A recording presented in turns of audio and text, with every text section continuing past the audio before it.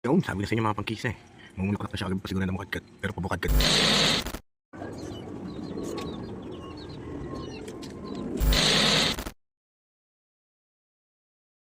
Isang pa na ba mga araw, isang pa mga vlog na naman na sa inyo. Good morning mga pangkista.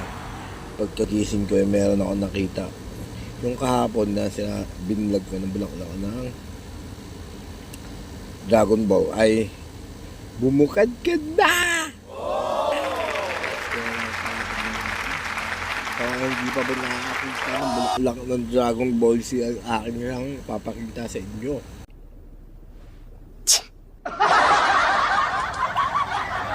At mamaya ipapasok na rin tayo. Yo, let's get it on mga pangkista. Mabuhay ang Pilipinas. Mabuhay kayong lahat. At back to work na naman tayo. Balik tayo sa trabaho. Pero mga estudyante ngayon, mga pangkista, walang pasok sa government daw. May bagyo daw. Kaya hindi na tapos yun. Aking project na Poso Negro. Baka next week na naman yan. Let's get around. Mabuhay ang Pilipinas. This is Marco Bain. Karating na natin ang Dragon Ball Z. Dragon Fruit Z. Alright. Yun, sabi ko na sa inyo mga pangkisa eh. Mamulaklak na siya agad pa siguro na mukadkat. Pero pabukadkat pa rin siya maghapon eh. No? Nakakita na ba kayo ng boss? Kayaan po siya kaganda mga kapangkista. Ganda.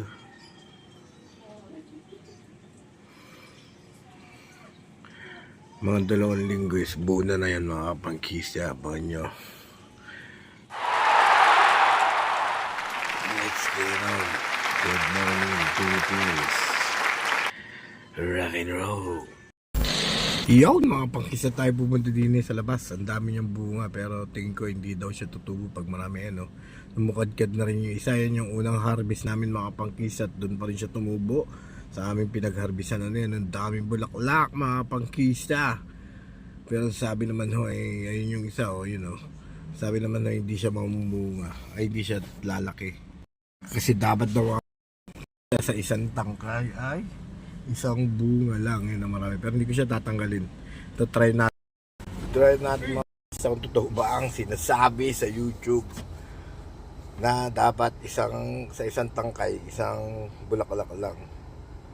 Tignan natin yung mabubuo. Ganito na lang mga pangkista. Peace out.